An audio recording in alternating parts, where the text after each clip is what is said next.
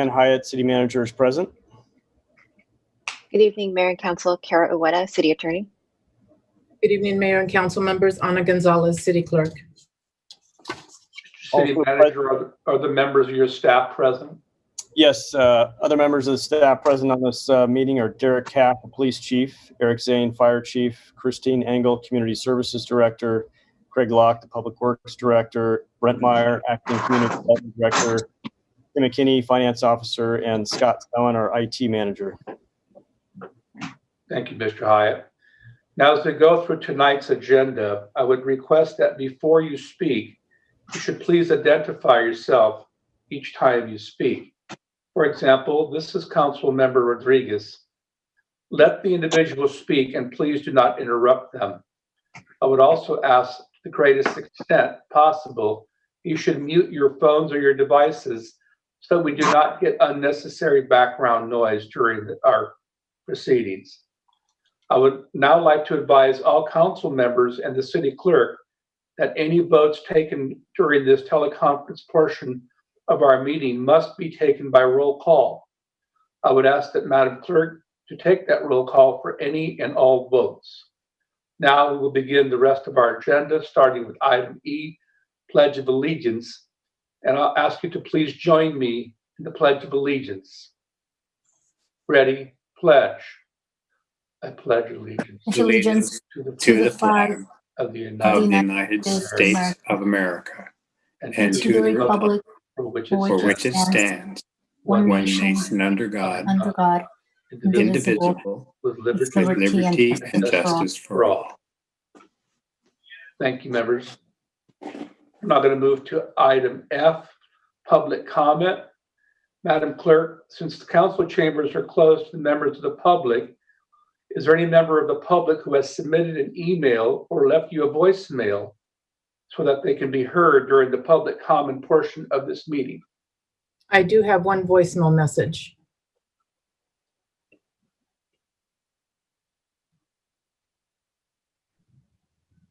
And our IT department will play that right now. Thank you.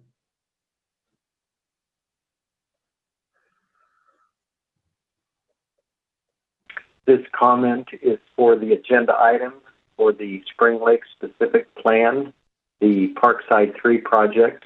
My name is Jim Chapman and I'm a resident on Garfield Place.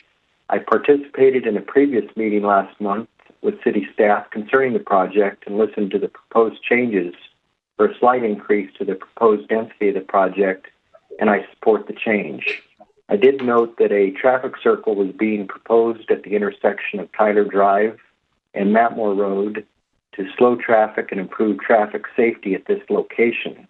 One additional change that I'm requesting to improve traffic safety, if not already added since last month, is to add no parking zones along Matmore Road at all road intersections and driveways located between Gibson Road and Sports Park Drive to increase the visibility for drivers entering onto Matmore Road. Due to the heavy traffic and traffic speeds that currently exist on Matmore Road and the anticipated increased traffic resulting from the development, I think it would be prudent for the city to base the length of the no parking zones at 10 miles per hour above the posted speed limit. Thank you for your consideration of this recommendation.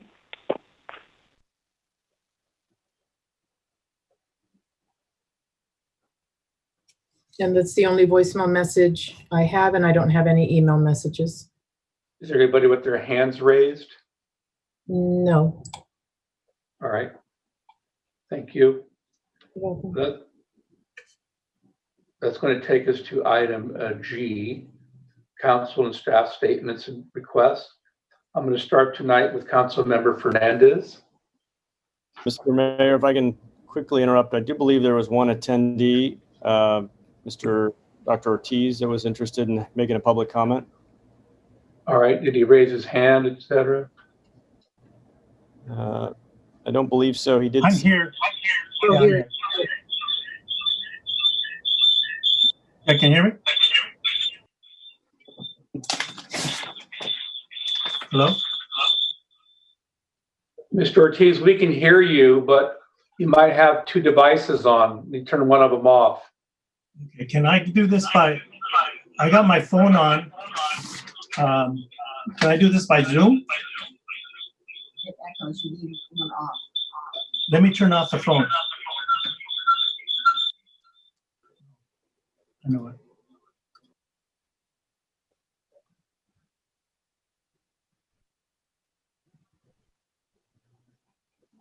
Mr. Ortiz, you there? He is no longer connected. Uh-huh. Well, if you can get back on, I guess we can go back to the public comment portion. But in the meantime, let's go to Councilmember Fernandez. Mayor Landsberg, nothing significant to report. Thank you. Let's go to Councilmember Rodriguez. Thank you, Mayor Landsberg. I mainly want to send my gratitude and appreciation to our firefighters statewide that are working on the fire containment. I know it's a tough job, and there's a lot at stake out there, so just want to send my gratitude in that direction. And I'll reserve my next comment for the long range calendar. Thank you. Thank you. Councilmember Barajas.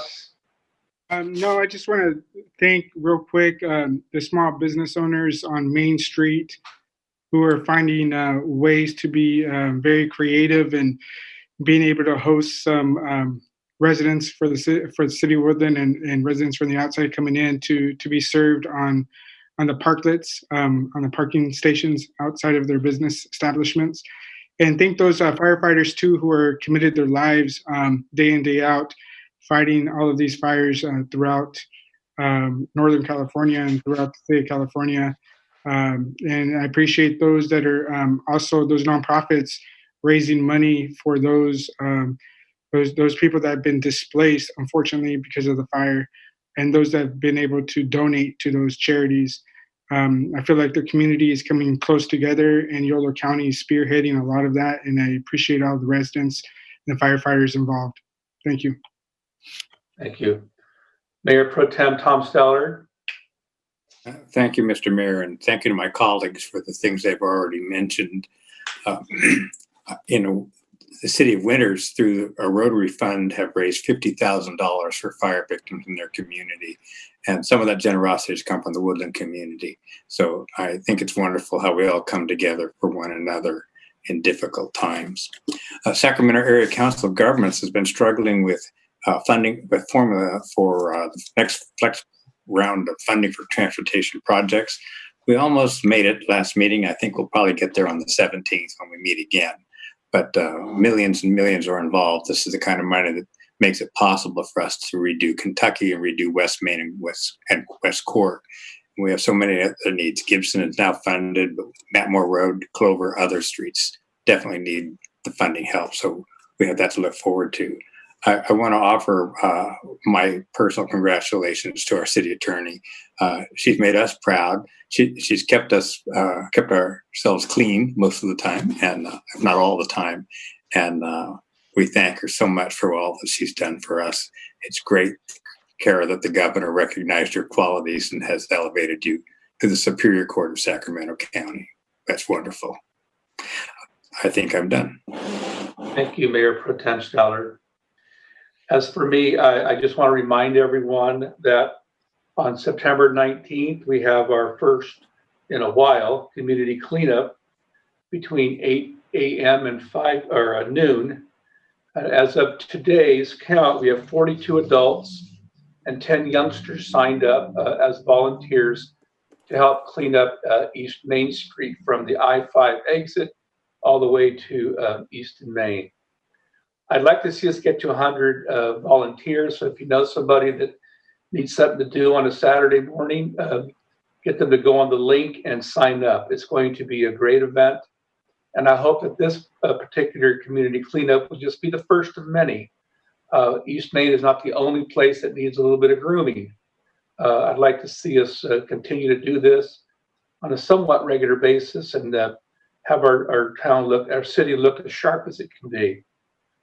Thank you for that. I also want to congratulate our city attorney, Ms. Ueda, for her appointment to the bench. It's a huge honor to be one of the few that's selected to join the elite ranks of Superior Court judges in the state of California. I wish you well.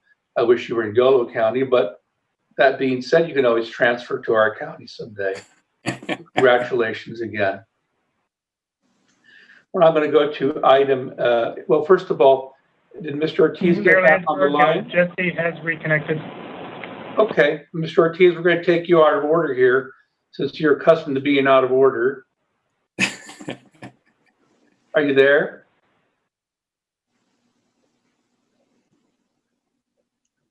Mr. Ortiz? Jesse? Yes, I'm here now. Okay, we can hear you. Sorry for the technical difficulties, but I really thank you for being patient. Good evening, Mayor Landsberg, members of the City Council. I'm Jesse Ortiz, a lifetime resident of Woodland, and I just would like to share a statement regarding the California Voting Rights Act, known as CVRA, and the Woodland District elections. Let me start with showing a timeline how we got the Woodland District elections. The CVRA went into effect in 2001. It was written in 2001 and it was effective January 1st, 2003. On September 7, 2011, I communicated with the City Council regarding the CVRA and that I believed it was the intent should be moving to that direction. On October 18, 2011, there was the initial CVRA discussion by the City Council. On November 4th, 2014, Measure U, district elections of the City of Woodland, was on the ballot. And basically, the essence of the ballot read that if we should change the Woodland Municipal Code related to council election to be adopted, establishing by-district elections where voters would elect council members from among candidates who live in their district. It passed by 68%. November 8, 2016 was the first district elections in districts 4, and 5. From my perspective, the first City Council CVRA elections held on November 16 and 18 had a lot of Woodland residents questioning why candidates appeared to be moving into districts purely for political purposes. Presently, we have, in these two current elections, 2 seats up. District 4, where there are 2 candidates running. One candidate was officially confirmed to reside as a voter in District 4 on August 7th. Her declaration of candidacy was filed the same day, August 7th, and it was extended to August 12th because the incumbent was not running. And the other candidate has lived in the district for 21 years. In District 5, the incumbent's not running. We have 2 candidates running. One candidate was confirmed to reside as a voter in District 5 on August 11th. His declaration of candidacy was filed on August 12th, and the last day to file was August 12th. The other candidates lived nearly 3 years in District 5. My question to the Woodland City Council is, should the City Council consider requesting the City Attorney to explore the legality of imposing additional residence requirements for City Council candidates running for elected office? It would require a change, I believe, of Ordinance 1561 of the Woodland Municipal Code. I believe a change in district residency requirements would meet the true spirit and intent of the Measure U vote that was approved by 68% of the Woodland voters, and the question on Measure U ballot ends with who live in the respective district. It is democracy when residents feel they are voting for a true council member who lives in the district. Thank you for your time. Thank you, Mr. Ortiz. That particular comment has been something that's been on my mind when I ran 2 years ago, and I noticed that this has surfaced again in 2020. So thank you for bringing that to our attention. I think it's appropriate that, I don't normally comment on public comments, but I think it's appropriate that we do look at this. And I'm wondering if the city attorney can look at some form of ordinance or some form of requirements of residency before somebody declares candidacy. I am aware that other cities do this routinely. Big cities and small cities, they want to prevent carpetbagging, and that's how you do it. You have requirements. I just think it's appropriate that we do look into this, because voting rights are essential, especially in this upcoming election, where there seems to be an attack on voting rights. We should be exploring ways to ensure voting rights and expand voting rights. So I'm going to recommend that we do look at this issue, not tonight, of course, but perhaps have the city attorney look at what kind of ordinance we can have on the books to prevent these kinds of things occurring election after election. That's my comment on that. Any member of the council wish to comment on that? Mr. You have your hand up, Angel? Yes, I do. I'd like to thank community member Jesse Ortiz and your comments, Mayor Landsberg. I do like the fact that we should take a look at the current ordinance and direct that to our legal team and get a report back to the council.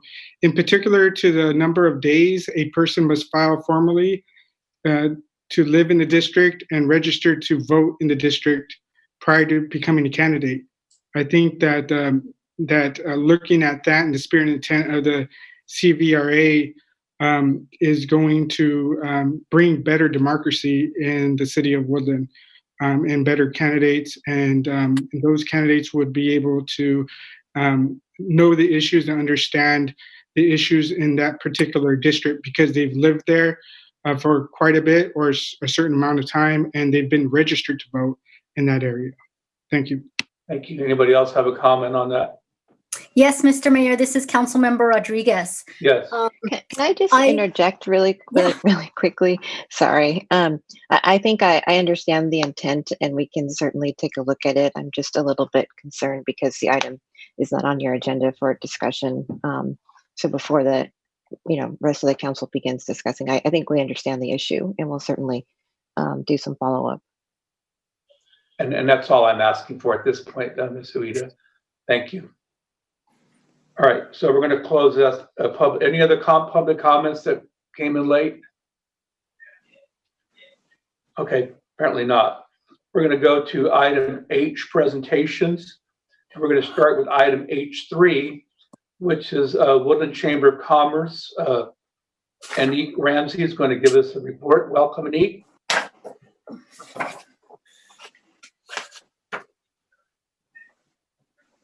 Do we have Anique on the line?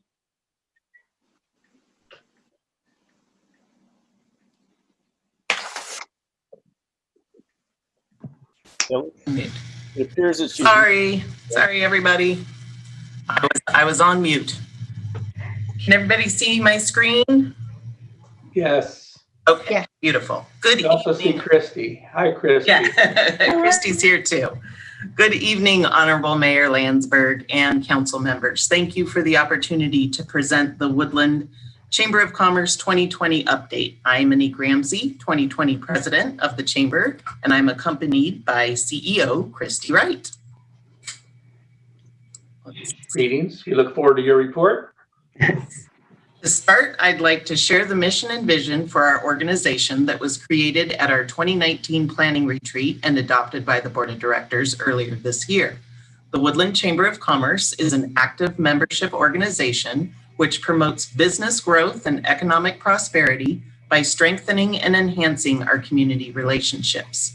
The Chamber supports, advocates, and encourages business and industry to create the best community in which to live, work, and do business. We believe these statements relay the Chamber's focus for our membership and business community. Please allow me to share a bit of what we've been up to. You're probably familiar with our Chamber membership directory and community guide. Our publication goes out to Woodland and Davis hotels, attraction venues, surrounding chambers, real estate agents, and home builders. It's available through the Chamber office to tourists, locals, and people looking to relocate. It's distributed at events and festivals throughout the area, and there is an electronic version of it on our website. We sincerely value our collaborative connection with the City of Woodland and the friendships we have built with all of you, various staff members.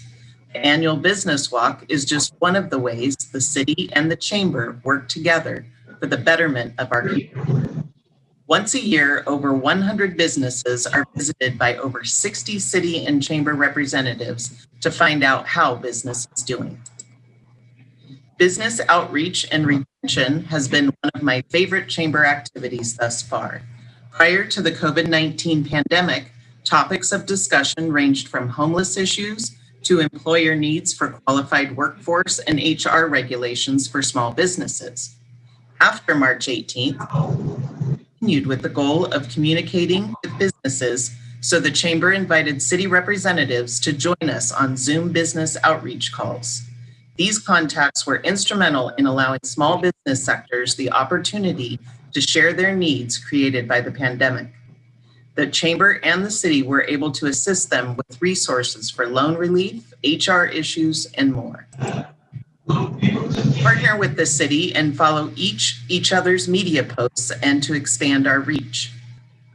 The chamber participates in Small Business Saturday to support our community. We are very pleased with our ongoing social media campaigns and have already exceeded our reach from last year at this time. The chamber exists to assist businesses and create economic prosperity.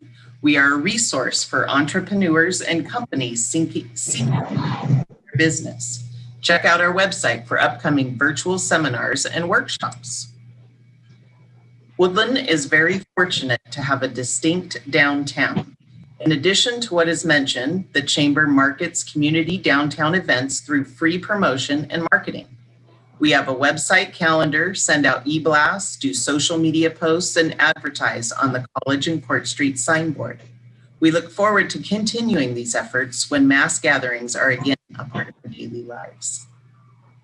The chamber and city will continue to work together to provide more services and resources to our businesses through educational events in the future.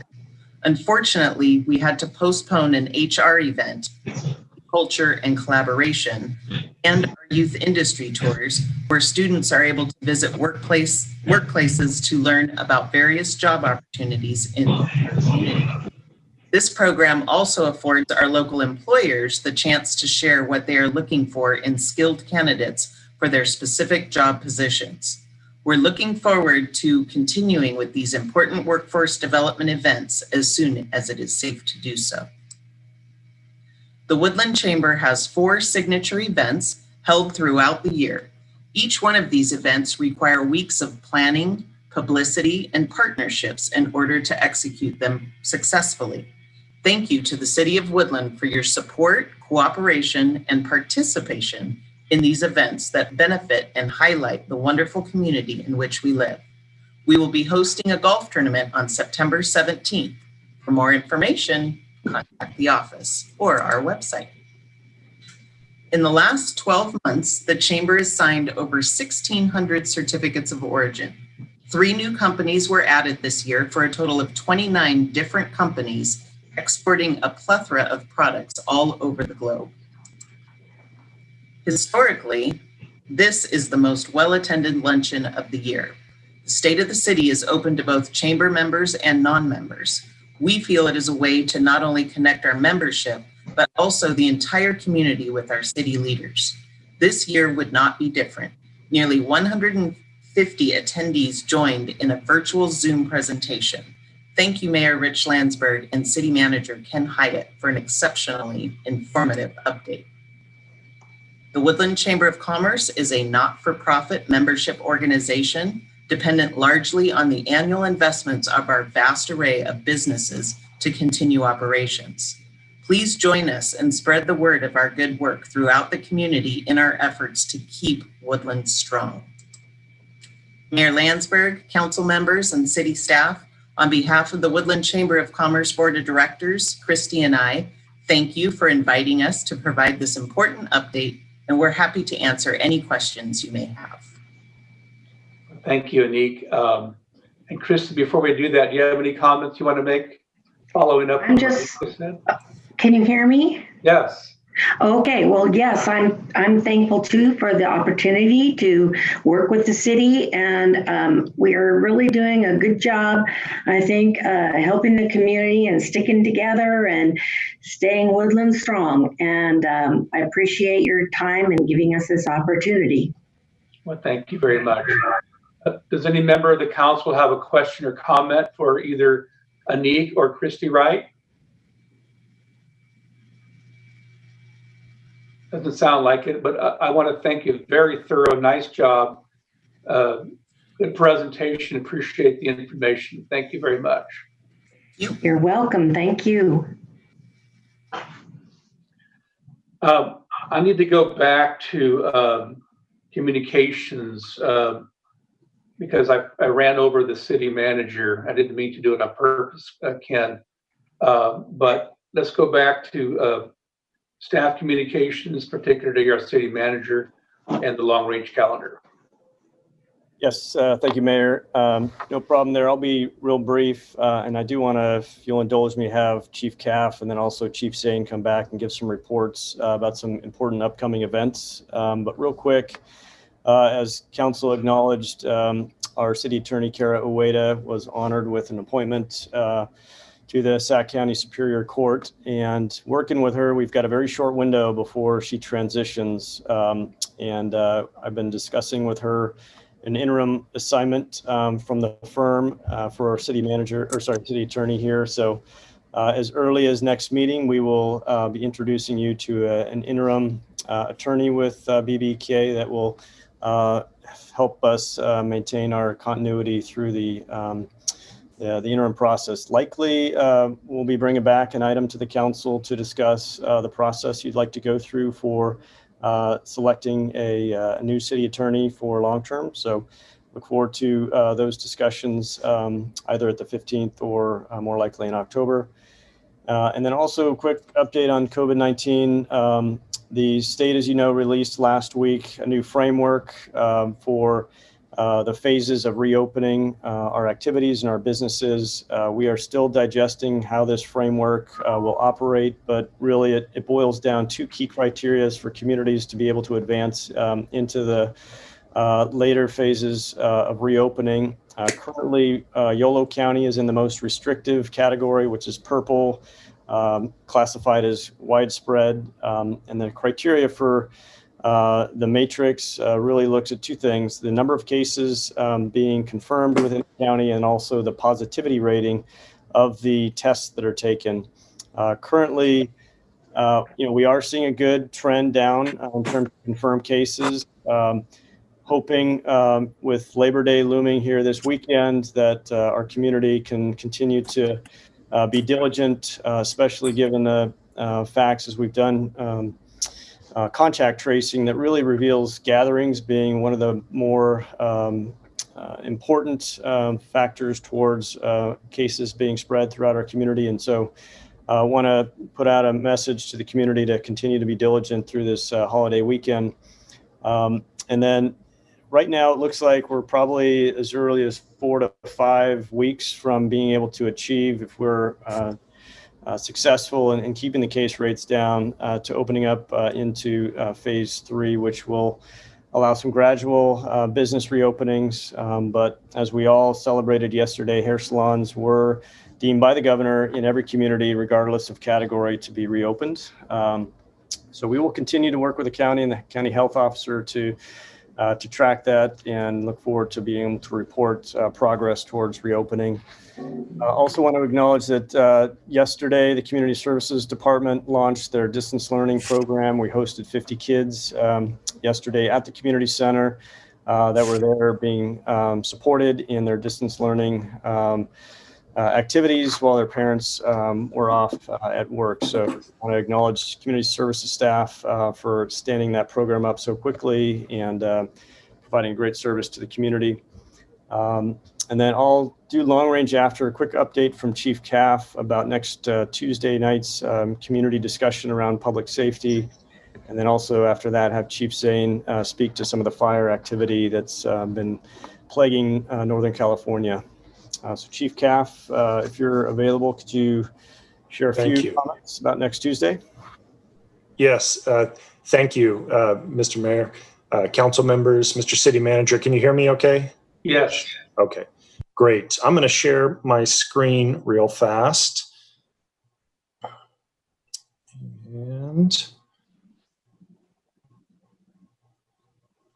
okay, so I just wanted to remind everybody, 1 week from tonight is the first in a series of community meetings that we're having about community safety in the police department. Just to refresh those that weren't listening during our last council meeting. So these meetings came out of discussions that the council had where we wanted to talk about the police department's policies and practices in regards to use of force. The exciting thing about this meeting is it's going to be presented in both English and in Spanish at the same time. More information is available, and the Zoom link is available starting today at woodlandpolice.org. That's just the police department's website. So if you go there, you can get that Zoom link. I'm excited also about the questions we've been receiving. There's an email address, communitysafetyquestions@cityofwoodland.org. So questions are coming in. And these are not softball questions. These are not easy questions. We are going to have some good discussion about why our policies are the way they are, how our policies are created, and where we need to take those policies to make sure that we're reflective of the values of Woodland. Everybody knows this. Woodland is a fantastic community. It is diverse. It is vibrant. And we want to be reflective of that to meet the needs of the community. So I encourage everyone to attend virtually, again, because of COVID. There will not be any in-person meeting right now, but this is the first of a series of meetings. And hopefully at some point, this will lead to more in-person meetings. And with that, anyone have any questions? So, Derek, the link is only on the woodlandpolice.org website? We do have it there, yes. So if they go there, they can get the link from there. Yeah. I noticed that you published some ads in the newspaper that are good ads. Are you going to put some more in there the next week with the link on it? So the ads are going to be running now for the next week. At this point, we had to submit the ads prior to when we actually had the link established. I can talk with staff, though, about how we can get that link a little more widely distributed. It'll be on channel 20 on Wave, and again, in English and in Spanish. Excellent. Okay, look forward to it. Thank you. Thank you. A member of the council have a question or comment for the chief? This is absolutely great. Chief, Kath, great job. I look forward to maybe jumping on one of these calls, maybe September 8th. Thank you very much, Councilmember Oz. We'd love to have you. All right, thank you.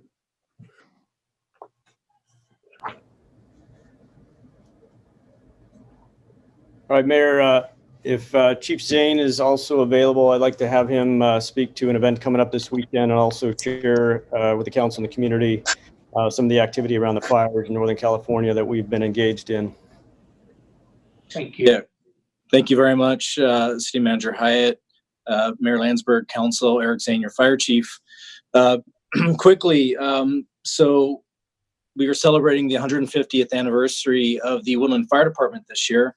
The actual anniversary is Monday the 7th, and we will be having a Facebook Live event from Fire Station 1 with a little bit of history about the organization and its thriving environment that we've been operating in for over the last 150 years. And it'll be a fairly quick event. The link will be available off of our Facebook site. So for those citizens that have social media, and we hope the City Council will also join us on Facebook Live for that event at 7 p.m. So hopefully it'll be a little bit cooler. It's going to be warm. It's going to be toasty on Monday, but we'll be out there to celebrate the organization and its 150th anniversary. Secondly, also next Friday is September 11th. That's really kind of snuck up on us as this year has flown by.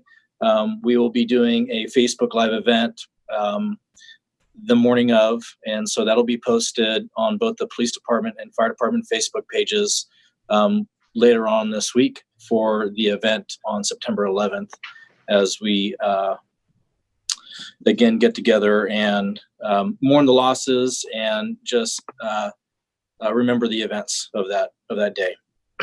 An update on the current fire situation. As you are aware, California was plagued with a lightning siege for the week of the August 15th. Over 12,000 lightning strikes hit California in varying areas. Over 1,400 hit between Solano County and Colusa County, starting dozens of fires that have seemingly burned together. The second largest currently burning, also burning into Yolo County, is the LNU lightning complex. That fire has charred more than 375,000 acres and has destroyed over 1,200 buildings, including homes. It is now currently 70% contained, and we can't forget the lives that have been lost with residents that had not been able to get out of the way of this fast-moving fire.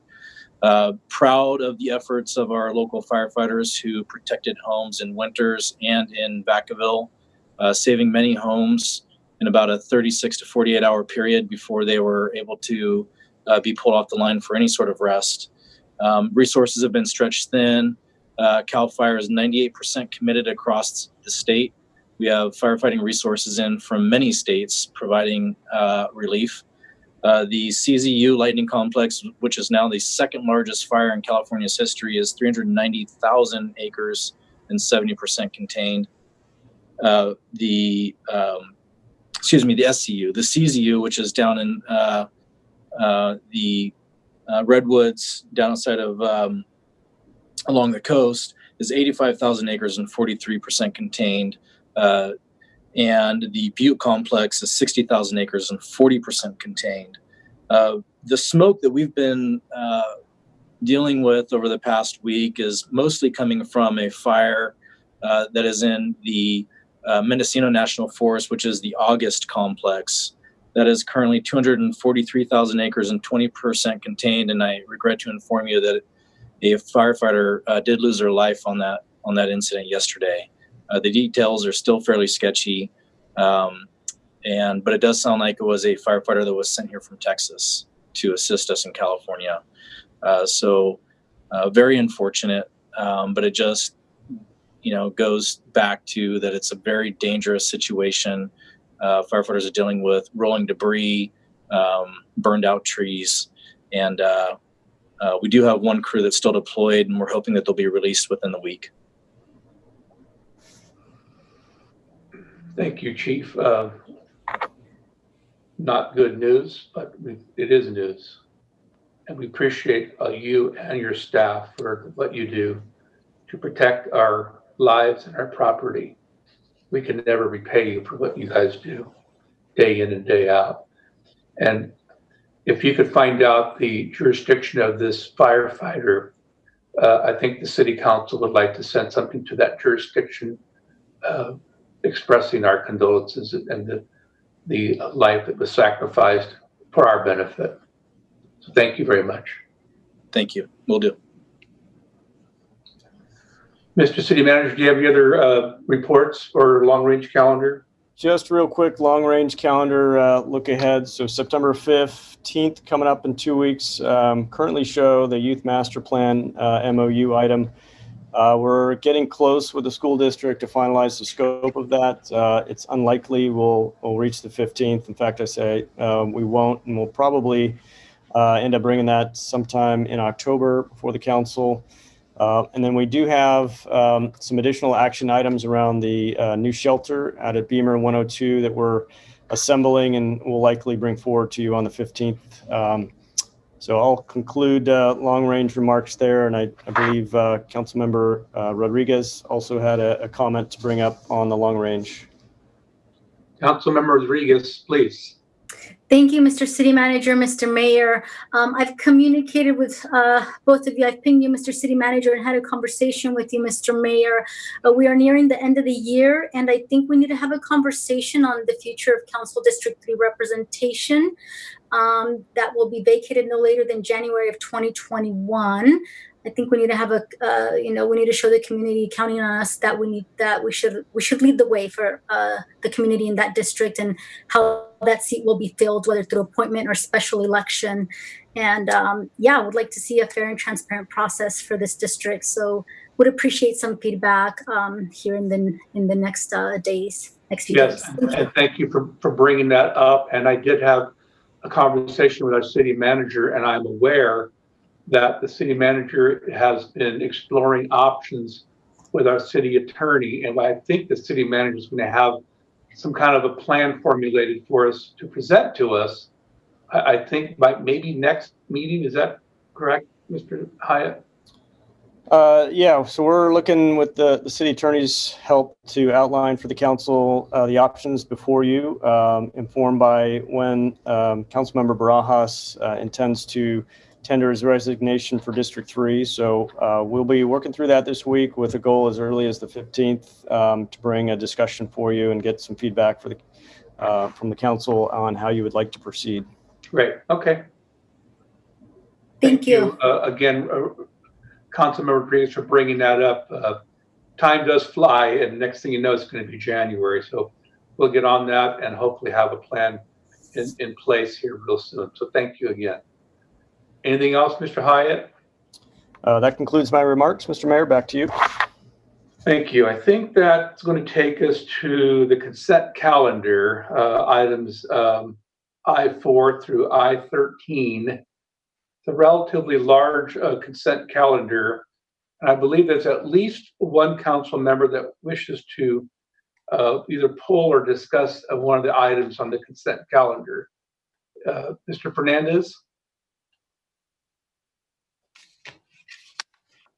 Yeah, I've asked our city manager to have Mr. Bush just describe in detail his report related to the Lower Cache Creek flood item. I think it is, this is covering a topic the council, I think, should be updated in a more descriptive and thorough manner, given the fact that it is an important issue for our community. Even something as little as like a appropriation increase, I think, is something that needs to come before the council. So that's why I've requested to just discuss this matter. I don't have any issues with it. I just would like to learn more about this item, as well as get a general update on where this project is. Shy. So I can respond, and I'll have Mr. Bush come up and give some specifics around the action that's before you this evening. But real quick, high-level status overview of where we're at with this very important project, as Mr. Fernandez pointed out, to our community. So I think, hopefully, as you are aware, we've been making significant progress with our core of engineer partners, and have advanced to the final phase of the Army Corps' 3x3x3 process. We've now gotten permission to move into that final phase of feasibility study, and likely anticipate to have that portion of the project analysis concluded about June of next year, so June of 2021. Concurrently, we have been releasing and have received comments back, which closed on August 14th on our draft environmental impact report for the feasibility project for Lower Cache Creek. We received 23 comments on the draft EIR that we are now evaluating with our consultant team and staff. And part of the item tonight is additional scope to engage our consultants to prepare responses to those comments. We anticipate being back to the council by the end of the year, early part of next year, with final certification of our environmental document, and that is a companion document to the Army Corps' environmental impact statement, which was really an amendment to the prior project back in the early 2000s. So with that, I will have Tim explain to you the specific appropriation increase and the intent for that appropriation, and the remaining work really to be done on this phase of the project.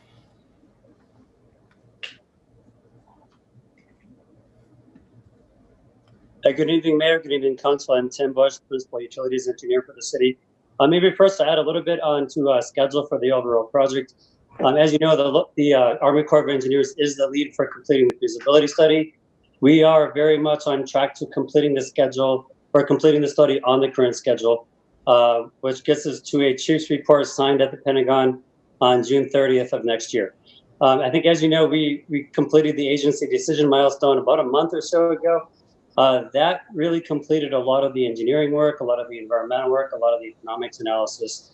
The process from now to completion of the project is largely an administrative task. We're going through checking certain things, basically quality control checking, making sure that the study is consistent with other studies in the country, and then move that through the course process to completion in less than a year. So that's very good news for us. We are on a very solid track to complete that within the current budget and schedule as outlined. One of the things that we do have included in the federal cost share agreement between the city, the state, and the federal government is that the city is responsible for 25% of total project cost. We get to that amount in two different ways. Part of it, we've actually paid the Corps money in the past. And then the other part of it is we do what's called in-kind credit, where the city actually does some of the work for the Corps. And we've kind of done that throughout the project, primarily with Wood Rogers and also with ICF and some of the environmental consultants we have on board.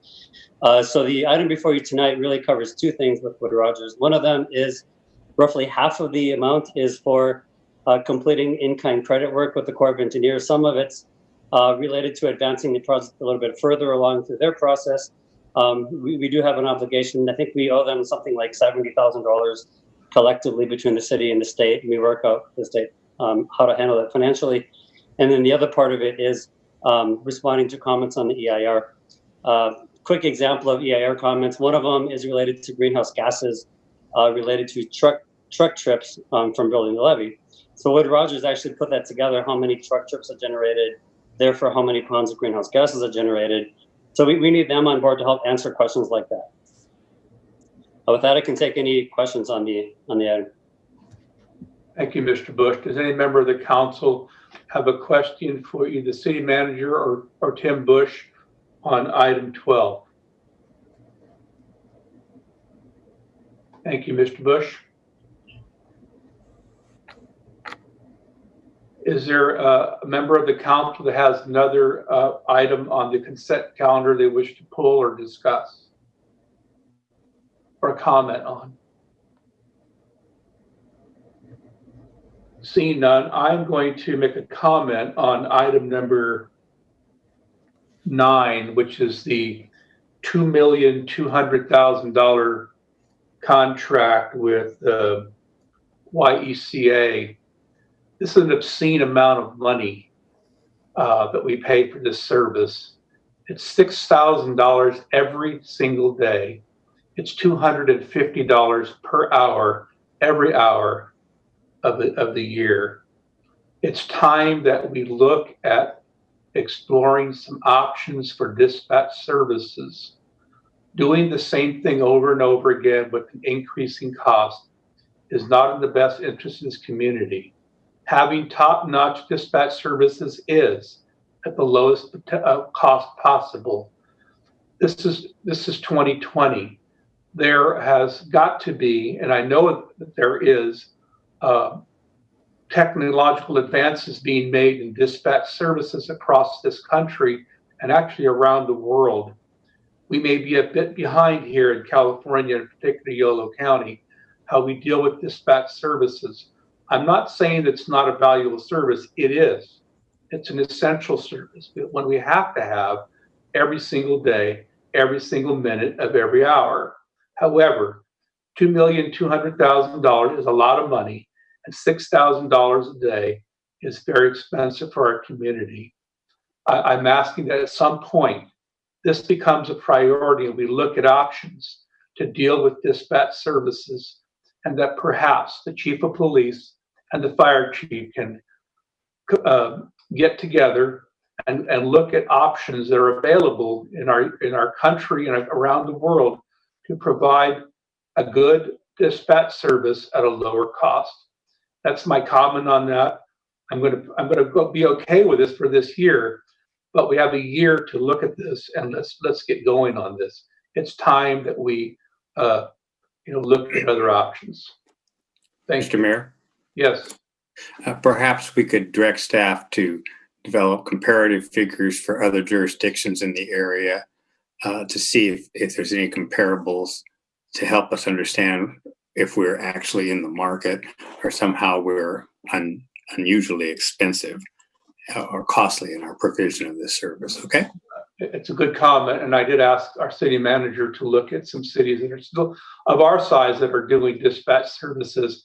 I'm going to, I doubt, Tom, that somebody's spending $6,000 a day for dispatch services. That's an awful lot of money. I have asked the city manager to look at that, but I also want that are the people that use it, the users, which are the city, the fire, the police department, to be on top of this issue. They're the ones that provide the services. They're the users of the services. And if that's what it takes to do this at $2.2 million, so be it. But it's at least look at options. Mr. Mayor, if you're ready for a motion, I would move that we adopt the consent calendar. Thank you. A motion by Stallard. Is there a second? Second. I heard a second by Barajas. So there's a motion by Stallard, seconded by Barajas. Madam Clerk, can we have a voice vote, please? Yes, Councilmember Barajas, Aye. Councilmember Fernandez, Aye. Mayor Landsberg, Aye. Councilmember Rodriguez, Aye. Mayor Pro Tem Stallard. Aye. Thank you. Consent calendar carries on a 5-0 roll call vote, items 4 through 13. Thank you, Madam Clerk. Thank you. That takes us to item J, public hearings. I think we have a couple of them tonight. The first one's going to be item J14, the Spring Lake specific plan, specifically the Parkside project. And before we get going on that, Mr. City Manager, a member of the public tried to get in to our meeting tonight and wasn't able to do so. Were we able to reach that member of the public so they can participate? Yes, I believe based on an email I see from her, she was able to join. So Great. Raising her hand right now. Great. Let's go ahead and introduce the item, Mr. City Manager. Yes, so good evening. Quick introduction, then I'll hand it over to Community Development Department staff to walk you through the presentation. So this is a tentative subdivision map for a proposed housing development in the Spring Lake specific plan area referred to as Parkside 3. It's on Matmore Road at the intersection of Sports Park Drive. And I'll have Cindy walk you through the presentation and look forward to council and community discussion. Thank you, Mr. Manager. Good evening, Mayor and City Council members. Cindy Norris, Principal Planner.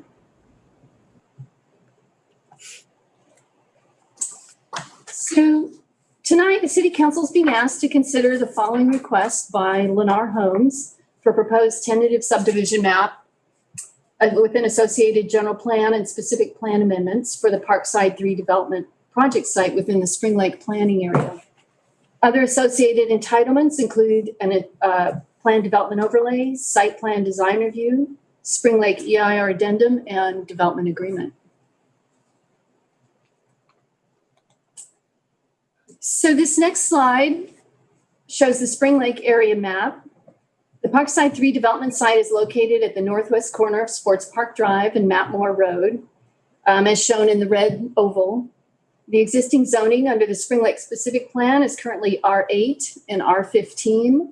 R15 is the darker color and indicates a higher density. The overall site is 7.3 acres in size. These parcels were created and previously included as remainder parcels in the tentative map for the Huntington Square project, which is located just to the west. The site is considered infill development with existing single-family homes to the west and to the north, Woodland Christian School to the east, and city land to the south, including the community and senior center. When the Huntington Square project was built, that project improved both the north and south side of Sports Park Drive, constructed Hadley, added curb, gutter, sidewalks, and streetlights to the remainder site in order to prepare it for future infill development. So as shown in the graphic, to the south of the project site, this blue rectangle indicates the anticipated bike and pedestrian overcrossing that would start construction next year. And I'd also like to point out that to the west of the Huntington Square development, where my cursor is, a project has been approved probably 3.5 years ago, maybe 4 years now, on a 36-acre site for 183 single-family homes. It was called the Prudler development.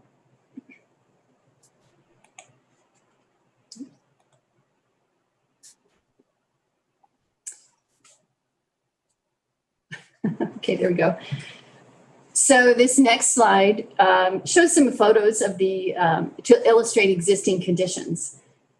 To the upper left is a shot of Hadley Drive showing the existing condition. You can see the curbs, sidewalks, also the parkway strips installed. The upper right shows the west boundary of the project site. This is looking from east to west across the site. You can see there's an existing fence and existing Huntington Square homes that back up to the property. The lower left is a shot of Sports Park Drive looking to the east. And the lower right is the north boundary. This shows existing fencing and homes. As you can see, the site is vacant. And as I've mentioned, has infrastructure, surrounding infrastructure installed, and the pad is slightly raised. So this next slide illustrates the proposed general plan amendment that's associated with this project application.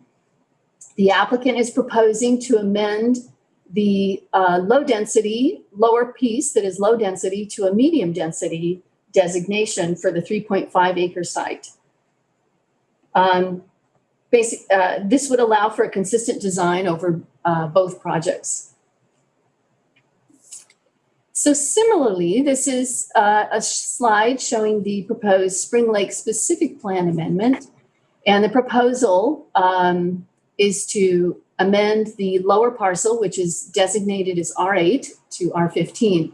I'd also like to point out that, as I've mentioned before, the northerly parcel is currently zoned R15 and would remain R15.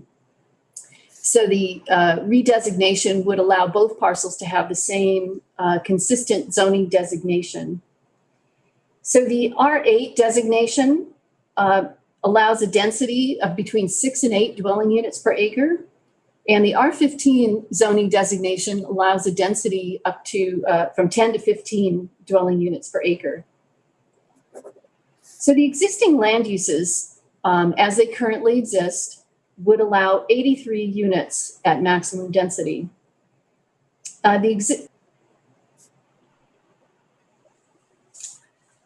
So this slide, as it says, is a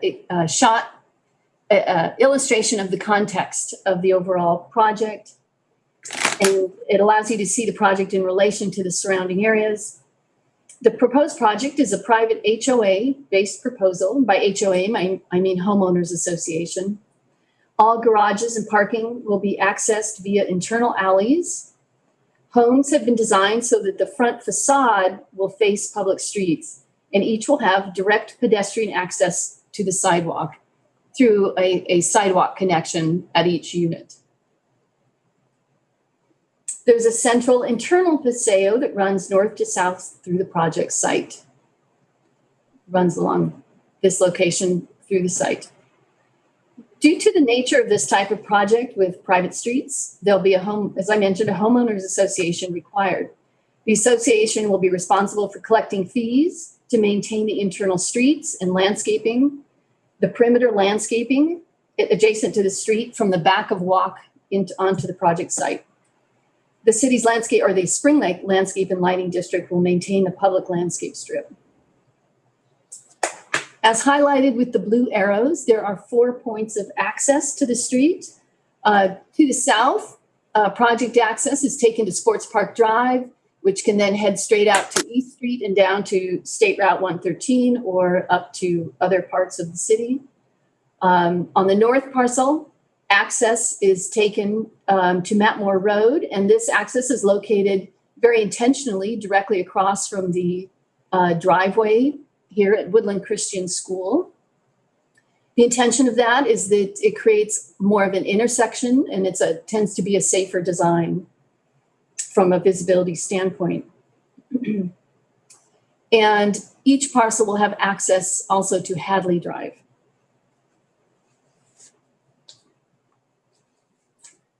So just for a brief summary of the project review process, the application was submitted to the city in the August of 2018. And the most recent submittal that's provided by the applicant, which is the subject of this evaluation and the staff report, was submitted on August 12th of 2020, known as Alternate A. The project site, which is long and narrow, presented design challenges.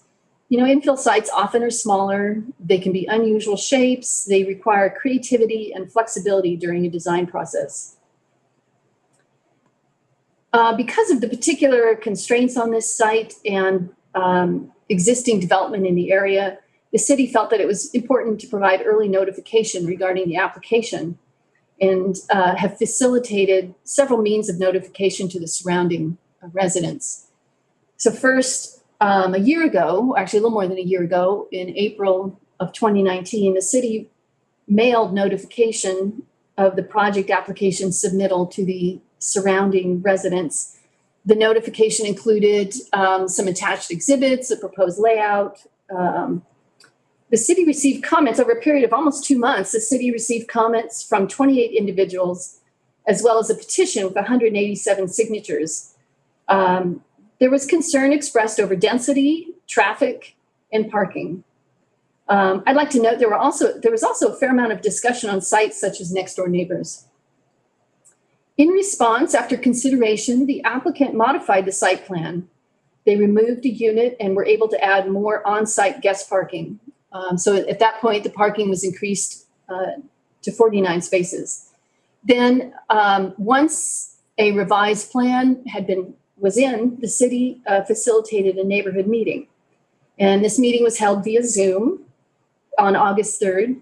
There were approximately 40 attendees and 24 individuals commented during that meeting. So in response to the comments, the applicant again revised the project development plan so to the latest version that you have currently in the staff report. As part of that, the applicant removed a driveway onto Mapmore Road, eliminated a unit, and increased on-site parking. On August 20th, the item was heard at Planning Commission as a public hearing. At the conclusion, after hearing comments, deliberation, the Planning Commission recommended approval to the City Council on a vote of 6-1. I'd like to note that approximately 12 individuals attended the meeting and 3 people offered comments. What I'll do is summarize the public comments on the next slide and then discuss them through the course of the presentation, the remainder of the presentation. So some of the key issues that were raised involved parking in adjacent neighborhoods, traffic congestion on Mapmore Road and impact to adjacent streets, speeding on Mapmore and Sports Park Drive, traffic backup at Gibson and Mapmore, safety and visibility concerns at Mapmore and Tyler, safety concerns on South Mapmore, particularly relating to bike and parking conflicts, and the traffic analysis. I would like to note that the specific plan allows residential density on the 2 parcels up to 83 units, and the applicant is requesting to add 14 more units to this development or to this allowance. The analysis largely focuses on the incremental change being requested to the existing allowed use.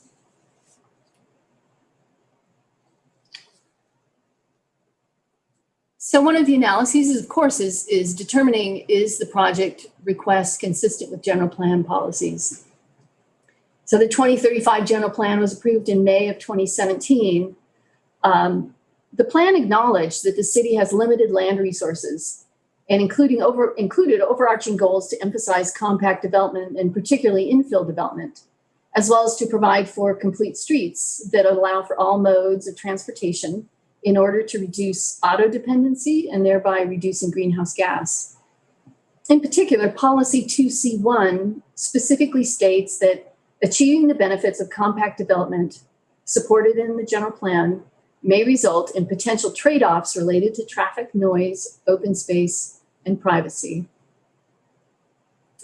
There were additional policies laid out in the staff report that express a desire to encourage infill, a policy that where the city accepts a traffic level service standard of D, which acknowledges that the city has accepted allowing a greater amount of traffic delay and congestion on roadways in exchange for not building larger roads throughout the city to keep traffic levels flowing at level of C.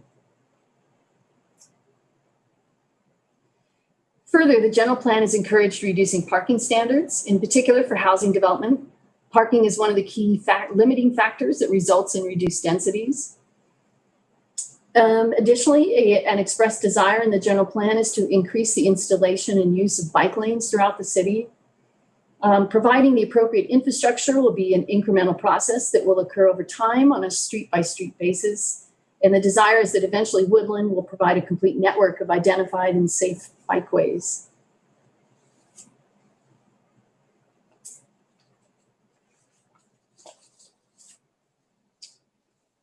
All right, so I'd like to touch on circulation. We did receive a large number of comments and questions about circulation, and I will touch on a number of issues in the next couple of slides.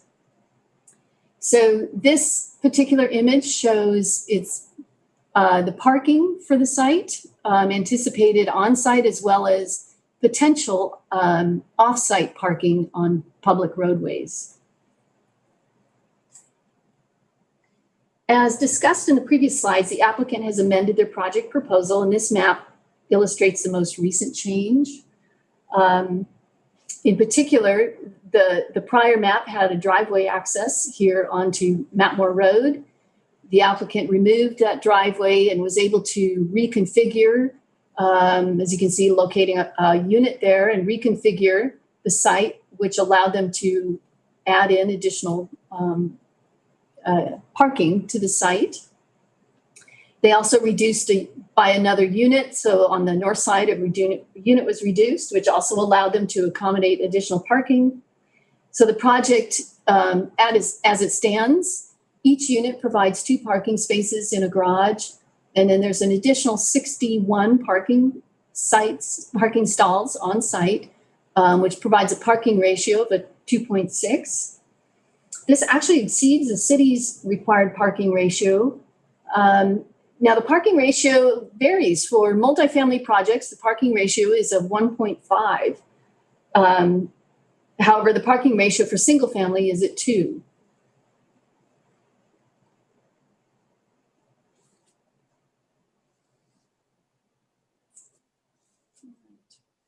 So what this slide shows is both the prior and existing road striping on Matmore Road and also the Hadley and Matmore intersection. The top slide shows a before condition in which there was a single combined parking and bike lane on Matmore. The slide below on the lower left shows the lower right shows the existing condition in which there's an approximate 12-foot travel lane, and I'm saying approximate, and a striped 5 to 6 foot wide bike lane and a 7-foot parking lane. The goal in adding this additional striping is to highlight and emphasize bike use and bike safety. The situation is intended to improve the condition for bikes because it puts the drivers on notice and encourages them to hug the curb when they park their cars or idle. This situation may create the appearance of a narrower lane, but what it actually does is add friction with the intent that traffic will slow and be more cautious. So the lower left slide shows the median and bulb outs at Hadley and Matmore intersection. The intent of these traffic calming features is to slow intersection speeds at this location. It is acknowledged that the existing situation here may not be ideal. However, every effort has been made to work with the constraints to address safety and enhance bikeway. So the next slide that I'd like to talk about with regard to circulation has to do with traffic calming.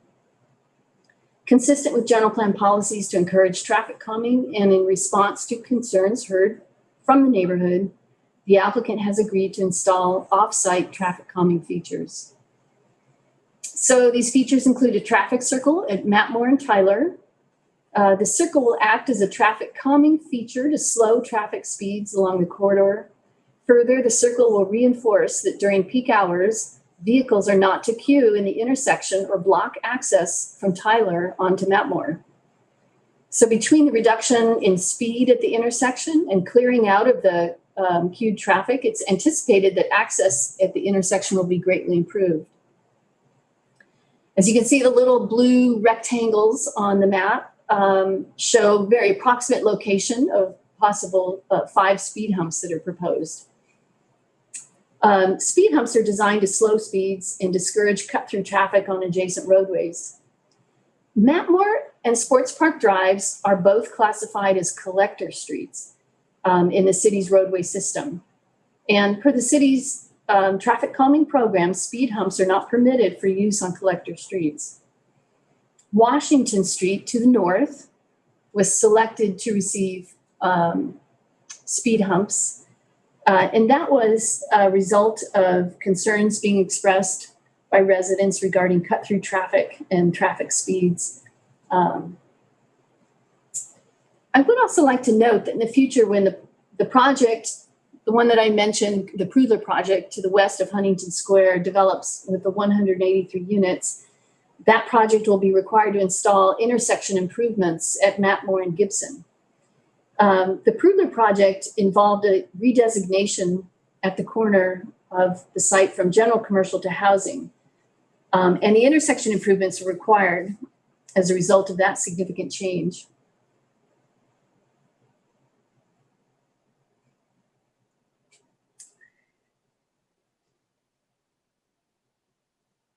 I would like to mention that the incremental change in the number of allowed residential units on the project site will not result in the maximum number of peak hour trips being achieved that would require additional analysis. The city has a threshold level of 50 peak hour trips. As a result, in addition, the peak hour school times tend to be in about 15-minute increments. So the city does not wish to see a roadway system designed to accommodate limited peak traffic times, because then the city would have to build larger roadways adjacent to all schools. Rather, the city's looking for qualitative improvements that can help smooth the flow of traffic, and especially during those pickup and drop-off times. And the city will continue to work with the school to facilitate traffic congestion improvements on their facility.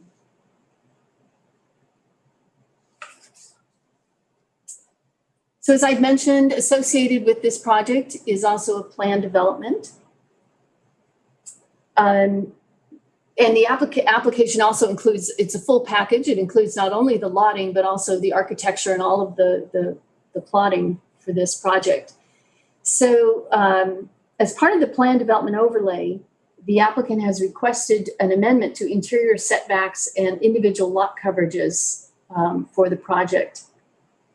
I would like to note that all the project perimeter setbacks will be consistent with the Spring Lake standards, and no exception is being requested for any edge or perimeter conditions. So the upper left graphic illustrates the condition for homes in the interior, in which each will provide a minimum 3.5 foot wide interior side yard with what's called a reciprocal use easement. And that's actually shown with the sort of darker hashed line. This allows one home access rights to the adjacent property's side yard. What this does is it provides for an overall 7 foot wide, or a minimum anyway, of 7 foot wide private yard space that's usable to that home. So each home has one designated private yard space. So the upper graphic here, is kind of in the middle, actually illustrates the condition lot configuration along the western boundary adjacent to the existing Huntington Square homes. I'd like to note the lot configuration as well as the home designs have been modified.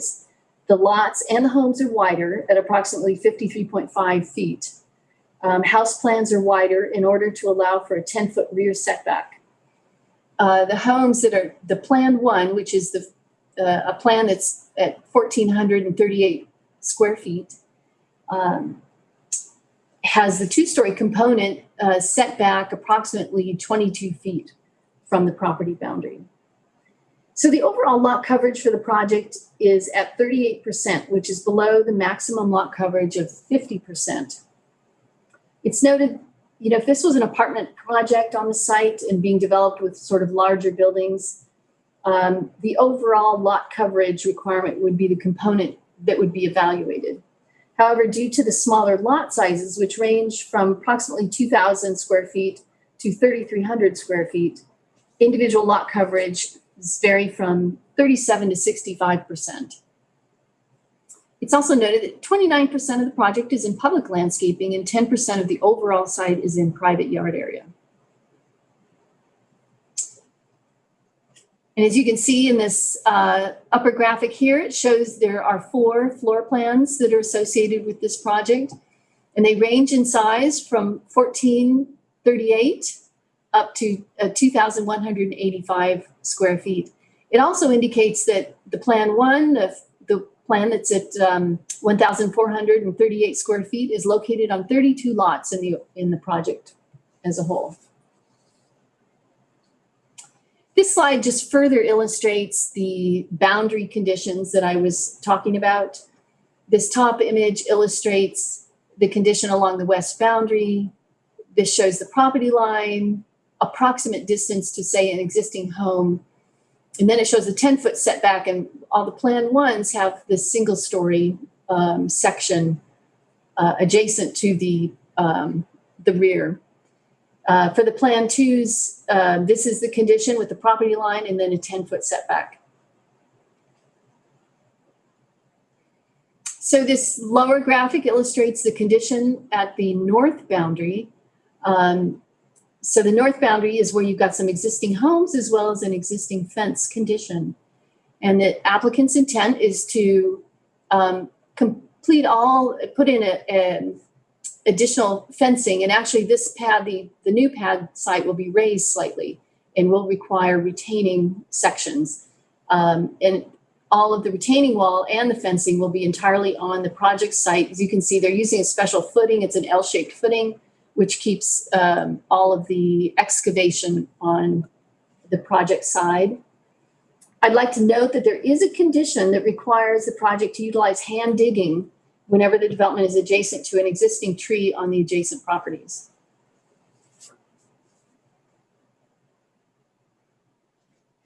This image illustrates the landscaping proposed for the project.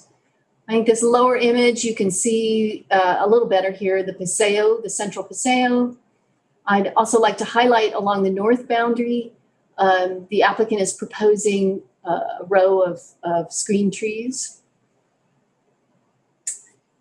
The detail images illustrate the rear side and rear patio spaces that will be provided with the landscaping, with I think some patio improvement and then the landscaping.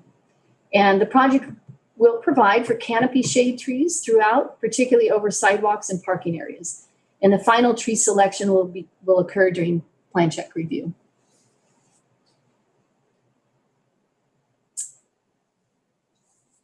So as I'd mentioned, the project as a full package also includes architecture. This slide illustrates the proposed architecture. There are 4 proposed floor plans, each with 3 elevations. The architectural styles are known as cottage, manor, and French eclectic. And the architect has attempted to provide defining features for each style as described in the staff report and shown in the attached design booklet to the report. I would just like to note that the street view elevation to the north here illustrates the proposed development along Matmore Road. So the homes will front, you will have a front walkway, but there will be no garages facing onto the street. And to the south on Sports Park Drive, this also is illustrating a view of how those homes will look along Sports Park Drive.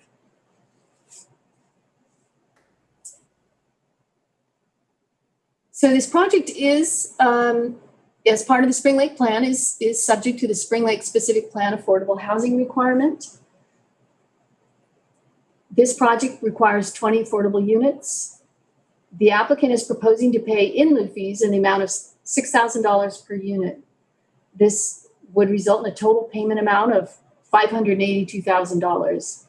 It's anticipated that payment will be received 45 days after the second reading of the ordinance. Funding will be used to facilitate the project to assist extremely low-income households elsewhere in the city.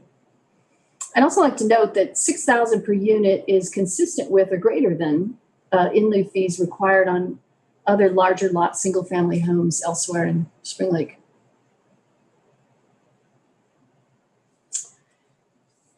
The project also has an associated development agreement.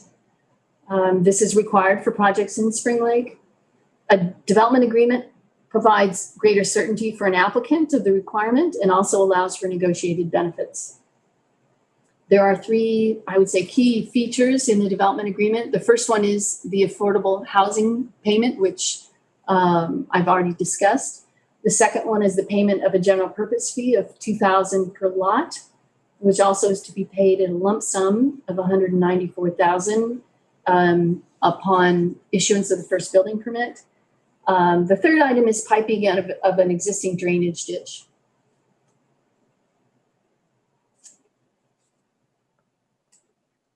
So last, the Spring Lake Specific Plan requires that each development application include certain project level and property specific technical analyses to demonstrate consistency with performance thresholds and requirements of the Spring Lake Specific Plan, the Spring Lake Specific Plan EIR, and the Mitigation Monitoring Plan. Staff has found that the project studies along with the EIR addendum show no significant impacts as a result of the proposed development proposal to add 14 additional units to the allowed residential development for the project site. So with that, staff recommends that City Council approve the proposed project. This slide highlights the actions required with this application. This concludes my presentation. I'm happy to answer any questions you may have. And I'd like to note that the applicant representatives are also here as well, or on the Zoom call, and can answer any questions. Thank you, Cindy. I think at this point we should open public comment. I'm aware of somebody, at least one person who wants to make a comment. So let's open up the public comment. Madam Clerk, do we have somebody ready to go? Yes, we do. We have two attendees raising their hand. Okay. Let's start with the first. Cheryl. Hello, I'm Cheryl Demharder. I've been living in Huntington Square for 7 years. First thing I want to say that an incorrect link was sent out on the notice of public hearing, and that might lower the number of attendees from my neighborhood and subsequent comments.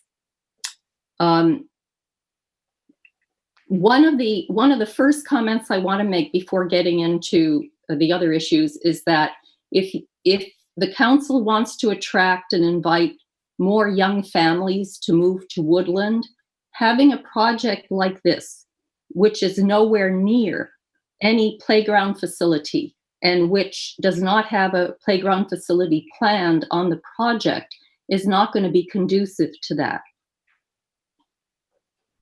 Since we found out about this project in April of 2019, there has been significant neighborhood concern, which we have voiced over the past 15 months. And we are aware that some minor changes have been made in the proposal. And we appreciate those changes, but they really don't address all of our concerns. Several neighbors have discussed having a parking permit system in our neighborhood, maybe just on Hadley and Jones. And to my knowledge, that has not been addressed by city staff. And it would be to avoid crowding in our neighborhood, which is already quite crowded, and especially to avoid our new neighbors from parking their boats and recreational vehicles in our neighborhood, because they will not be allowed on the project itself. Now, density, traffic, and parking have been our main concerns. And I know that the staff is saying that to have an additional traffic report done, it needs 50 more additional peak hour trips. However, the amount of peak hour trips on the staff report should be shown as 28, not as 7, because the multifamily figure was used instead of multifamily figure was used instead of the single family unit. But in addition, that 2004 traffic study was based on 77 units, and the Woodland Christian School didn't exist at the time, neither did the Woodland Community and Senior Center. So in my opinion, there needs to be a new traffic study. Thank you. Thank you. Ms. City Clerk, are there other comments, members of the public ready to weigh in? No, I don't have any. I do have another person raising their hand though. Let's address them.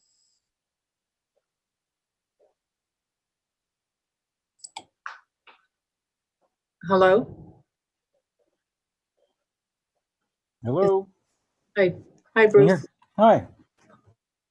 How are you, Anna? Okay.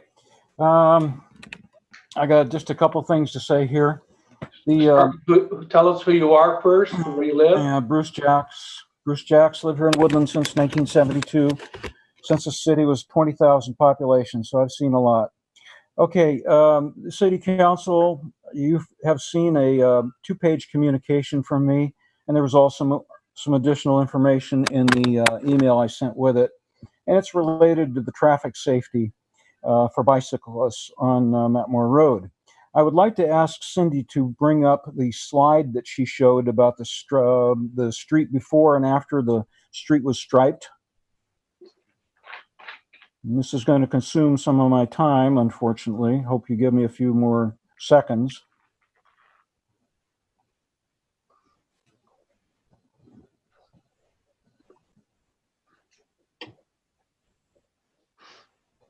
Yeah, Cindy. Now, Cindy said the top slide was the one before they restriped. It's disappeared. Before they restriped the road to put the bike lanes on. And Cindy said it was a combined parking and bike lane. And that is not correct. That is an 8-foot striped parking lane that was striped in 2010 or 11, whenever Matmore Road was constructed. It was consistent with the 2001 Spring Lake specific plan, which said there would be no on-street bike lanes striped. So that is an 8-foot parking lane on both sides of the 40-foot wide curb-to-curb segment. And then in the 45-foot curb-to-curb segment, which is up just by the last 300 feet to the north or so, there was an 8-foot parking lane on the west side, and then the additional 5 feet was in a 13-foot lane, which maybe you can call that a combined bike and parking lane. But in any event, that was never intended to be an on-street bike lane, and it was certainly not wide enough for one. So I'd like to make that correction. The photo you see down at the bottom is what is out there now, and is what my significant concern about is that it's not safe. And I hope all you city council members went out there and took a look, maybe parked the car, and I'm asking you not to memorialize the future sin of the past when this project, if it's not changed, I gave you some options how to fix this. I had one other comment. The architectural view, if you could pull that up, Cindy, for the street view, for the architectural view. I believe that's a bit misleading. Those houses, the separation, if you put a scale on there, that's more like about a 15-foot separation on the houses, and there's only going to be a 7.5 foot. So the actual view that you're going to see, those houses are going to be a lot tighter than that. That concludes my comments. Thank you, Mr. Jacks. Appreciate it. Any of the members of the public want to weigh in on this topic? Mayor Landsberg, Chad Roberts has his hand raised. Mr. Roberts? Good evening, Mayor Landsberg, council members. Are you able to hear me? Yes, please proceed. Excellent. This is Chad Roberts at Hefner Law on behalf of the applicant. Before I forget, I want to note that Pierre Martinez, Forward Planning Manager with Lennar, as well as Greg Bardini and Scott Peterson with Morton Patalo, are also on the line this evening and will be available to answer any questions you might have. At this point, we don't have anything to add to Cindy's report, but we do want to sincerely thank staff for all of their hard work in getting this project before you this evening, including for that great presentation by Cindy this evening. We also want to thank the Planning Commission for their constructive feedback and recommendation. As you know, we've been working on this with staff for more than 2 years. I think we've been through 5 iterations of the development plan, 4 iterations of the traffic plan based on feedback from city staff and the public. So, a lot of thought has been put into the design of this project by both the applicant and staff. And we think we've arrived at what will be a great project for the city. And importantly, one that will provide a more attainable new home product than currently exists in Woodland. So with that, we'd respectfully request you adopt the staff recommendations. If you have any questions for me or our planning and engineering team, we're here to answer them. Otherwise, thank you very much for the opportunity to address you this evening. Thank you, Mr. Roberts. Madam Clerk, are there any other hands raised or any emails on this particular topic? No. In that case, we're going to close the public comment. I'm going to ask members of the council to address any comments or questions to either staff or the applicant. Is there any member of the public or the council that has a question or comment for either staff or the applicant? Mr. Mayor, this is Councilmember Rodriguez. Yes. And I think the last slide may have clarified a question that I have, but I see that homes that are going to, the homes that are proposed and they're going to be facing Matmore and Sports Park Drive. The report outlines that these homes are going to be facing Sports Park Drive, and Marston Road. I think that's a typo. I think what is meant is Sports Park and Matmore. Is that correct? And Hadley.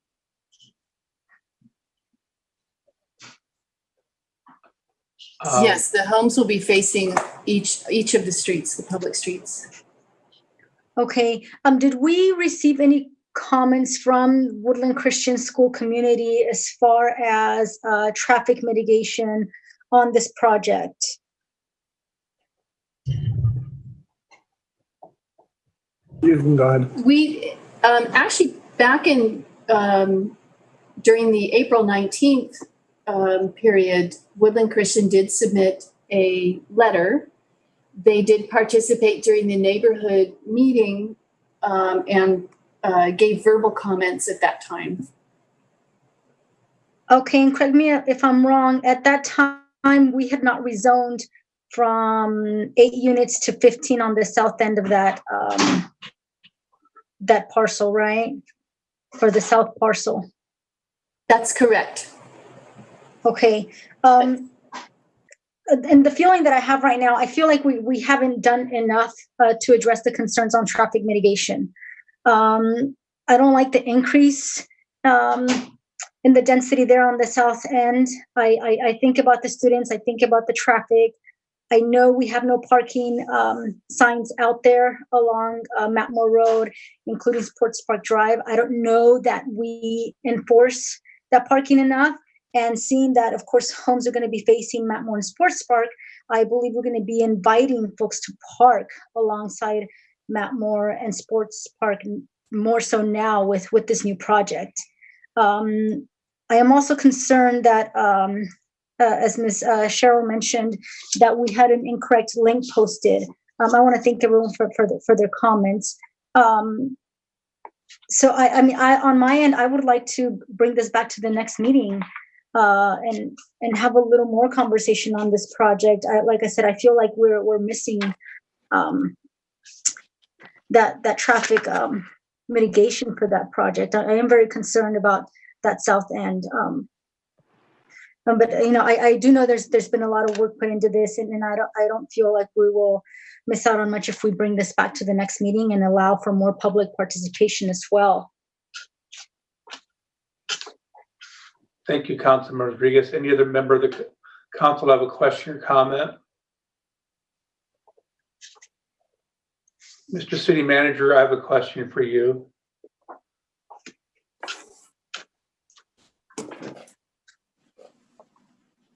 Go ahead. As you know, Mr. Jacks did forward his email to all members of the council some time ago, and I did raise this with you.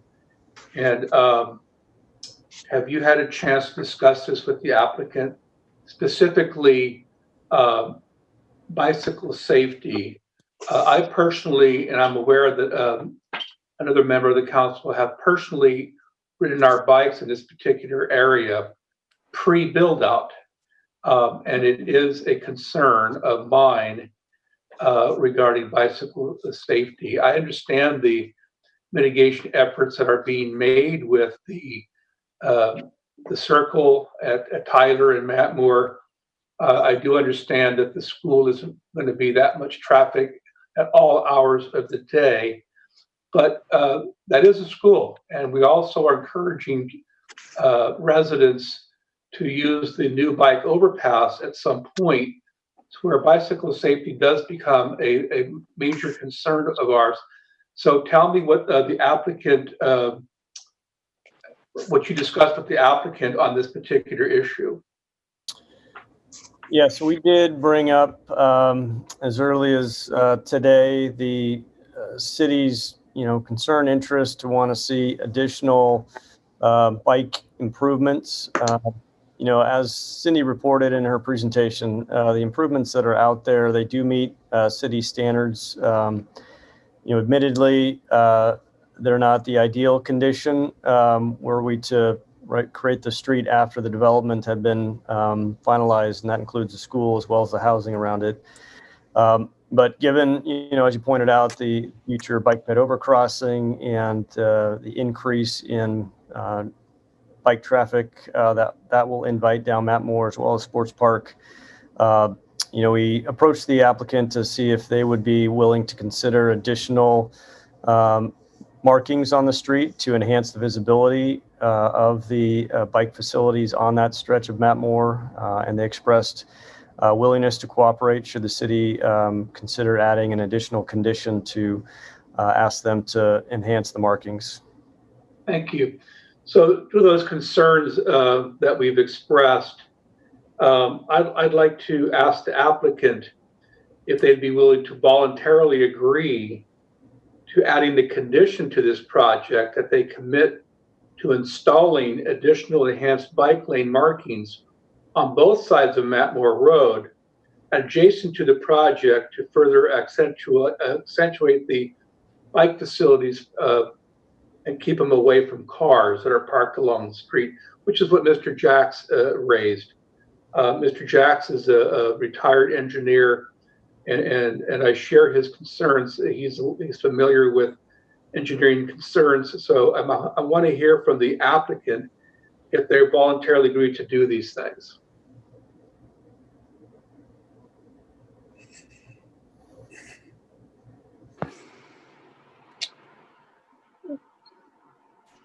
Mayor Landsberg, this is Chad Roberts again. And if I can just clarify, and I didn't have an opportunity to write down what you were just stating, but are you proposing something different than what you believe Mr. Hyatt has already described? Well, I just want to hear the commitment from the applicant. Specifically, I'm envisioning that the bike lanes in this particular area, Mr. Roberts, would be reflective of some of the bike lanes that we've been installing in other parts of the city, particularly, Kentucky, which has beautifully marked green lane markings, which are exactly friction points, as Cindy indicated. We need those friction points on this particular stretch of Matmore Road. And I just want to hear the commitment. You're asking us to vote on this tonight, and I need to hear some commitment that the applicant's willing to do these things voluntarily, in particular to add this condition to their agreement. Mr. Mayor, Councilmember Fernandez here. Council member? If I could interject, I just want to get a better understanding, just to confirm, where we are in the process, because it's my understanding that we're looking at addressing the tentative map here and improving that. And Ken, correct me if I'm wrong, but there should be some time for staff to negotiate some other exactions, specifically maybe related to bike lane safety and other mitigation, traffic mitigation measures, prior to the adoption of the final subdivision map. Is that accurate, Ken? Well, actually, no, the full entitlement package is before the council this evening. That includes map, design review, development agreement. There is a second reading for the development agreement that will be put on the council meeting following approval, should the council approve the item. As part of that second reading, we can integrate the specific language for the council to consider at that time. But really tonight is the best opportunity to make sure that the conditions that the council would like to see added are incorporated into the motion. Okay, thanks for clarifying that. Any other member of the council comment? Mayor Landsberg, Chad Roberts again. Yes. We would be amenable to paint striping enhancements on either side of the road. Okay, because I want to make another comment here, and I hear the neighbors, but our city is sorely in need of these price point housing units. We need to infill these projects. We need to get housing for our constituents. This is the kind of housing that we need to see more of, not less of. I do understand what the neighbors are saying. Everybody has concerns about boats in the yard and motor homes parked out front. We have resources for that, ladies and gentlemen, and we would invite you to do that. But we need to find projects that are affordable for our constituents, and further delays in these projects is not healthy for our community. I'm ready to move on this project tonight, as long as the applicant is willing to work with the city and enhance these bike lanes, enhance what it takes to keep this area safe. We understand it's not built out. There's a lot of work to still be done on the bike ped overcrossing. We don't know what we're going to do with the rest of Sports Park Drive.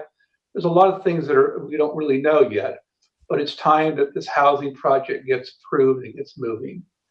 Is there a motion? Mayor Landsberg? Yes. I just have a question and comment. Yes. I'd like to echo your comments. I do believe that we have to move forward on this project with those revisions that you proposed. Real quick, in terms of traffic safety, there was a slide that showed some speed humps in a roundabout. And my question, if you can pull it up, so yeah, right there. My question is along the lines of, do you see where there's two speed bumps on that main strip of, is it Hadley Way? Or right there? And then, but there isn't any two of them on Matmore. I'm afraid that in terms of public safety, somebody's going to hit that roundabout and then go straight forward and gun it down Matmore. And so the residents in that area is going to say, where's the speed humps there? Also on the south side, there's 2 speed humps that are south, but there isn't none on the north on Newton Drive. Is that something that the city staff can be able to insert if needed? This is Brent Meyer. I'm the acting community development director. I could respond to that. So the first question about speed humps on Matmore Road, we typically do not place speed humps on collector streets. So Matmore and Sports Park Drive are collector streets. There's a number of reasons for that: public safety response, and really kind of the goal of traffic calming is to put traffic back on the higher order streets on Matmore, on Sports Park Drive, and to eliminate cut-through traffic. So on the north, there's Washington and Tyler, and so we're wanting to eliminate cut-through traffic on those streets and push the traffic back on Matmore. And then in the south, what we're wanting to do is eliminate cut-through traffic into that neighborhood and rather have traffic on Matmore and Sports Park Drive. So I hope that answers the question. Yeah, it answers the question. I just want to make sure that when it gets built out, residents go there, we're able to justify it ahead of time, because they're going to be looking at that as an equitable question. Why do they get speed bumps and why don't we? But that's really it. Other than that, I support the project with the amendments. Okay, thank you, Councilmember Barajas. One last request for comments or questions. Yes, Mr. Mayor? Yes, Mr. Stallard? Yeah, well, I support the project for the same reasons that you articulated, Mr. Mayor, and apparently Mr. Barajas feels the same. Almost all the houses being sold in Spring Lake are currently more than $500,000 and all up close to $600,000. We need housing for people that can't afford that kind of price. This is that kind of housing. And there are a lot of people who are happy in a smaller lot situation because there's less to maintain. That's definitely true in my experience. And I was impressed by the fact that a member of our staff visited a sister development of this site, Similarity, in Roseville, and it was quite handsome. Lennar is one of our finest builders. They build quality homes, interesting designs, good colors. I think it's going to be an enhancement for our community and something people desperately need. I'm not insensitive to the feelings of those who live nearby. Where they live was a field not too many years ago either, but they're there, and I'm glad they're there, and I hope they will feel glad to have these additional homes nearby. I appreciate what Mr. Jacks did and the points he raised. I also did hear from a representative of the Christian school today. They're concerned about the intersection at Sports Park Drive in Matmore, and I think the offer of the development interest to improve striping in that area is a good one. And with the building of our pedestrian bike overpass right there at the corner, I think we need to think about perhaps enlarging that part of the intersection, but I think that's an issue to be discussed for another day. So I support this. I drove through it today to look it over. I've been through it on a bicycle. I think it's time to proceed, and I respect the work of the Planning Commission as well as the staff. Thank you. Thank you. A question for City Attorney. Is this going to be multiple motions, or can we do it in one? You can take this as one motion, which I believe is the adoption of 6 separate resolutions, as well as the introduction and the waiving of the first reading of the ordinance. Thank you for doing that for me. Is there a motion from a member of the council? Mr. Mayor, if I may, this is Sochi real quick. Yeah. want to echo the sentiments. I know we need more housing here in Woodland. I completely agree with that. We are going to have to do more on this project. My concerns aren't, really addressed here. I live very close to this project. So I've seen how fast cars go by, and I can actually hear them from my home. So I think we're going to do more. There are 20 units designated as affordable housing for in lieu fees. We're only getting $6,000 for each. So, on that end, but I understand. I understand that we need more housing. I'm not going to contest that. We're going to have to do more. We're going to have to designate those stretches on Matmore Road as no parking zones, and we're going to have to enforce that, because I know we have a similar situation on Sports Park Drive with no parking signs, yet no enforcement. Thank you. It's a great comment. So anybody else? Mayor Landsberg, yeah, Councilmember Fernandez here. So, yeah, I just want to make sure that, of the process for incorporating your concerns into this development agreement moving forward. Can staff just relate to me how this process is going to occur? Since it will come back for a second reading, the language, as I understand it, will be modified. Is that correct? Mr. Hyatt? Added. Yeah, so assuming the motion of the council is to approve, and with an amendment to incorporate a condition that reflects the language that the mayor articulated, which for clarity, it might be helpful to actually you, as part of your motion, reread that or request that to be added into the motion.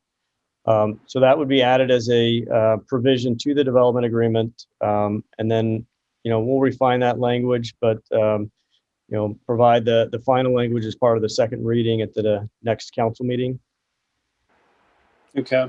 So, Rich, if you're amenable to it, I think a motion needs to incorporate some of these other ancillary traffic and parking concerns, and we need to at least get some assurance from the applicant that there's a willingness to address those other, needs beyond the bike lane issue.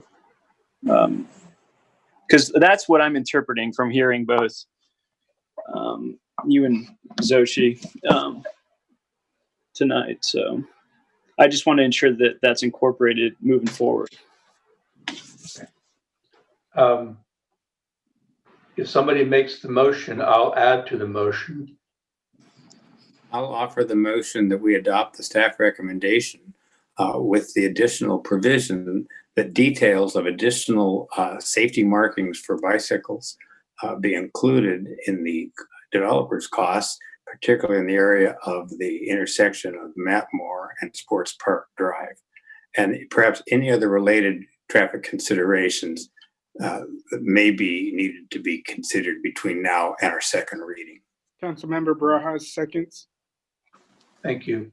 And that added language, Mr. Mayor Pro Tem, is pretty much the same that I was going to add, except that in this particular motion, we have an agreement from the applicant that they're voluntarily doing this as part of this adoption. So with that motion seconded by, go ahead. But I do expect it'll be nailed down by the second reading. Ms. Ueda, is that you? It is, sorry. I just wanted to clarify, I misspoke earlier. There are actually only 5 resolutions rather than 6. So that's what should be encompassed in the motion. Okay. So the motion for the 5 is by Stallard, seconded by Barajas. Madam Clerk? Thank you. Councilmember Barajas? Aye. Councilmember Fernandez? Aye. Mayor Landsberg? Aye. Councilmember Rodriguez? Aye, thank you. Mayor Pro Tem Stallard? Aye. Thank you. Item 14 carries on a 5-0 roll call vote, adopting resolution 7554 through 7558 and adding additional language. Thank you. And Ms. Ueda, you'll help with that language? Yes. Thank you very much. Thank you. That was a great conversation, great discussion. Thanks to the members of the public for weighing in. We appreciate everything you have to say. We weigh everything before we do these things. So thank you for your concerns, and we will continue to work on those concerns. We're now going to go to item K, as City Manager reports, starting with K15, modification to suspension of transient occupancy taxes. Mr. Hyatt.